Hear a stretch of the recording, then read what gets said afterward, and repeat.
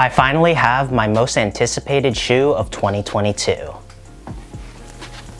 The New Balance Made in USA 990 V6. The New Balance 990 line is one of my favorite shoe lines of all time, and it is my absolute pleasure to be the first person on YouTube to review the newest iteration in the V6. The 990 was originally introduced to the world in 1982 with the New Balance 990 V1, and it was one of the first ever shoes to retail for 3 figures. It was considered to be a luxury shoe, not only because of the price, but because it was also made in USA and used high quality suede materials. In 1998, New Balance released the 990 V2. In 2012, they gave it a modern upgrade with the 990 V3. In 2016, they did a slight incremental upgrade with the 990 V4. In 2019, they did another slight incremental upgrade with the 990 V5. And finally, according to the rumors at least, the 990 V6 is slated to release at the end of 2022. In my opinion, the 990 V6 is definitely one of the biggest jumps in design and overall aesthetic between the 990 line ever since the jump from the V2 to the V3. The V3 transitioning to the V4 and the V4 transitioning to the V5.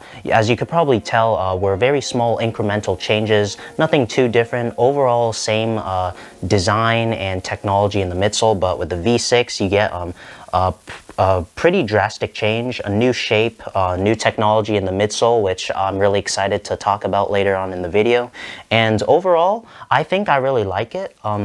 Before I get into the details at the very end of the video, if I were to describe the 990 V6 in contrast with the other 990 line in a few words, I'd say the V6 is overall a side grade.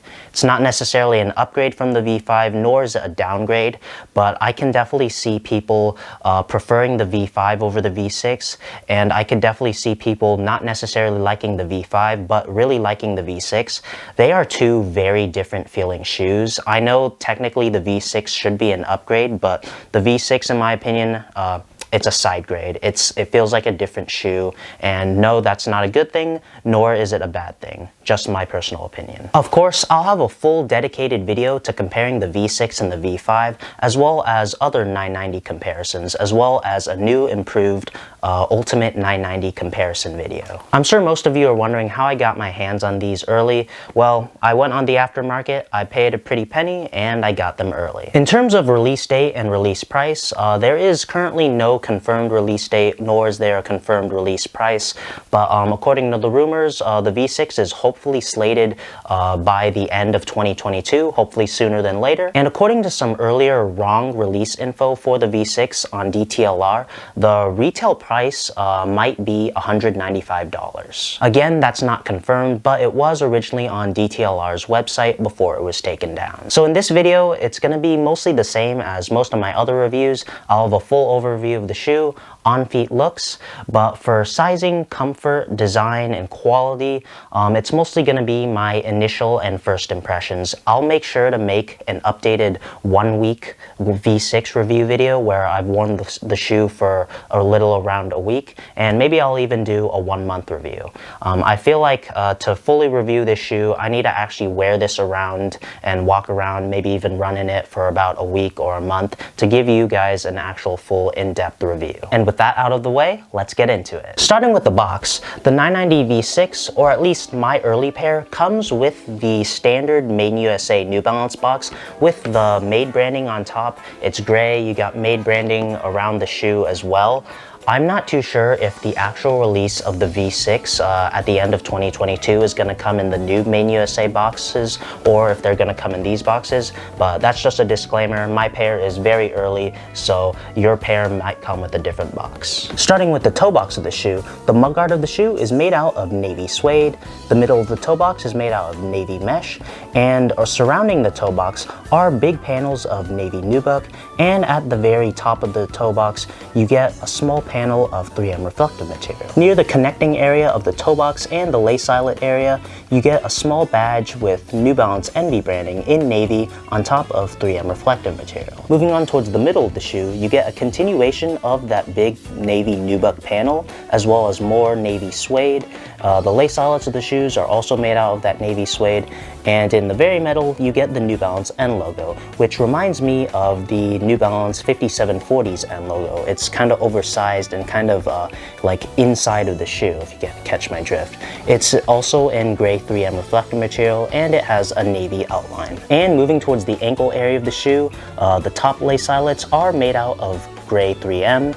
You get a big panel of gray reflective 3M that connects to the very back of the shoe. You get more panels of navy suede, you get more panels of navy mesh, as well as 990 branding printed on in silver. And moving on towards the back of the shoe, at the top you get another panel of navy mesh, you get the continuation of those 3M reflective panels, and at the very middle you get a big plastic panel in navy blue with New Balance NV branding and Made in USA branding in silver, as well as the continuation of the navy suede panel. You also have end cap branding near the midsole. The medial side of the shoe is mostly the same as the lateral side of the shoe in terms of color and materials. The shoes come with one set of thin flat silver laces as well as a set of thin flat navy laces. I think this is interesting because none of my 990 V5 classic colorways came with additional laces, so I think it's cool that the V6 comes with 2 lace options. The tongue of the shoe is made out of that navy blue mesh,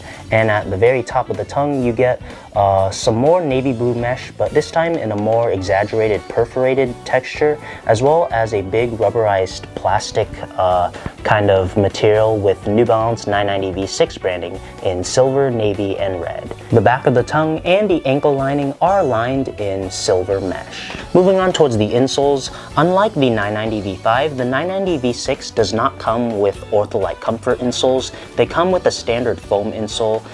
It's black foam with black textile material with New Balance running branding printed on in white at the back. Moving on towards the midsole and the technology, the 990 V6 utilizes both fuel cell and end cap midsole technologies. For the most part, in the front of the shoe, you get white fuel cell foam. Near the back, you get some grayer foam. Inside the back of the heel, obviously, you get the end cap unit as well as more fuel cell foam in white. And finally, moving on towards the outsole of the shoe, you get the all-new V6 traction pattern. You get fuel cell branding in the back as well as New Balance branding on black rubber. And what I really liked at the very front of the outsole was this little detail. It says EST in 1982 with New Balance branding. I thought that was a really cool detail as an homage to the origins of the 990 line in the latest V6 version. So now that the overview of the shoes out of the way, I'll lace these up and I'll show you how they look on feet.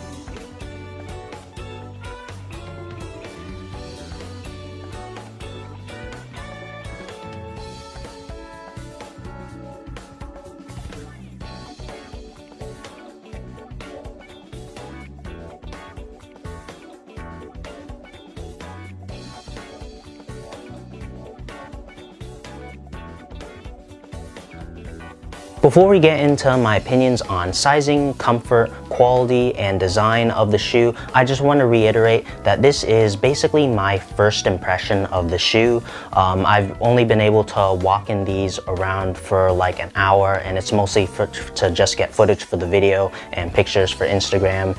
And also, I was only able to grab these in my true size versus my 990 V3, V4, and V5 size.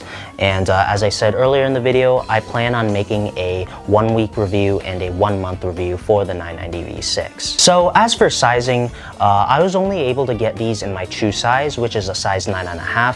For my 990 V3, V4, and V5, they all have bigger toe box areas, so I go half a size down to a size 9 and they fit me well. For the V6, I'd say the toe box is just as big, and if it were a half size smaller, I'd say it fit me perfectly. And another important thing to note is that the V6 in its core classic colorways, the gray colorway, this navy colorway, and the black colorway are gonna come in wider and narrower sizing. So if you have wider or narrower feet, I definitely recommend waiting for the wider and narrower widths. Overall for the V6, I recommend sticking with your V3, V4, and V5 size and go down half a size from your true size. Hopefully at the end of 2022, I'll be able to get a V6 in a size 9 to give you guys a more accurate review. And finally, moving on towards comfort and technology. As I said earlier, this shoe utilizes fuel cell and end cap. And as for my initial impression, at the very start of the video, I said this shoe was a side grade from the V5, and that is mostly because of the fuel cell in the midsole. The V5, in my opinion, had an excellent combination of stability, cushioning, and support. For the V6, I'd say the shoe is noticeably more cushioned and soft on feet. And for some people, that might be considered an upgrade. For some people, that might be considered a downgrade. And as I said, that's why I consider the V6 to be a side grade. You still get a good amount of stability and support. It's not overly soft and squishy like a fuel cell running shoe. But what I thought was really interesting, and another important thing to note, is that the 990 line has always been a performance running shoe back in 1982 and still the same in 2022.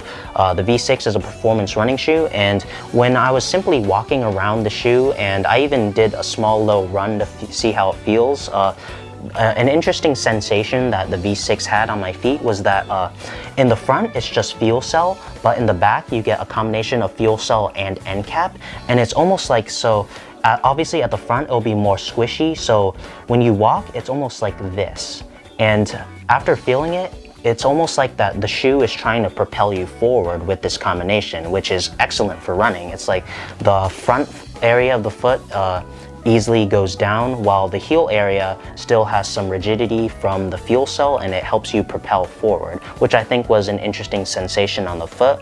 And another thing, I thought this shoe might have the same problem as the Nike Air Max 270 React. I know that's like a very random shoe. I don't know if you guys remember that shoe from a few years ago, but a big problem people had with that shoe was that the React at the front was obviously very soft and squishy, but the air unit at the very back was very hard and stiff, so it felt a little unbalanced, and it would always basically just feel like this. But I feel like the V6 achieved an excellent combination in the heel area with the combination of end cap and fuel cell both in the heel area. I was worried that the heel area would only have end cap and it would feel stiff in comparison to the front of the shoe, but I think New Balance successfully made a great performance running shoe in the V6 with a combination of fuel cell and end cap. I'm honestly really impressed with the midsole and technology of this shoe. In terms of my 3-factor rating, I give the V6 an 8 out of 10 for cushioning, a 6 out of 10 for stability, and a 9 out of 10 for midsole shape and support. Overall, the V6, although it is noticeably softer and cushioned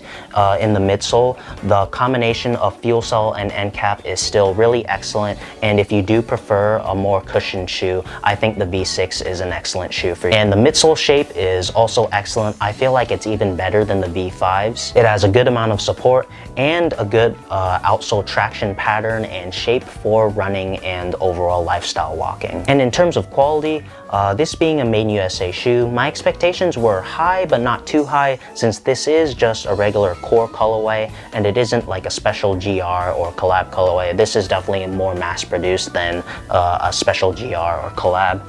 The suede quality was excellent in hand, soft to the touch, it felt like great quality. The nubuck quality was also excellent. I feel like the nubuck quality in the V6 was slightly better than the core colorway quality of the V5s.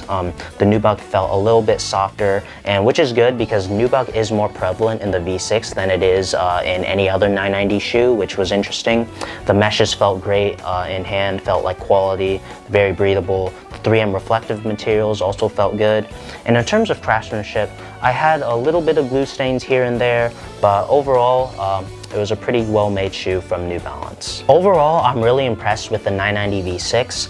I'll make sure to have dedicated 1-week review and 1-month reviews for the 990 V6, as well as comparison videos. I plan on comparing the V6 with the V5, as well as a cool little like heritage video of the V6 versus the V1, the original versus the newest iteration, as well as an ultimate 990 comparison video. I think that video is going to be really fun to make.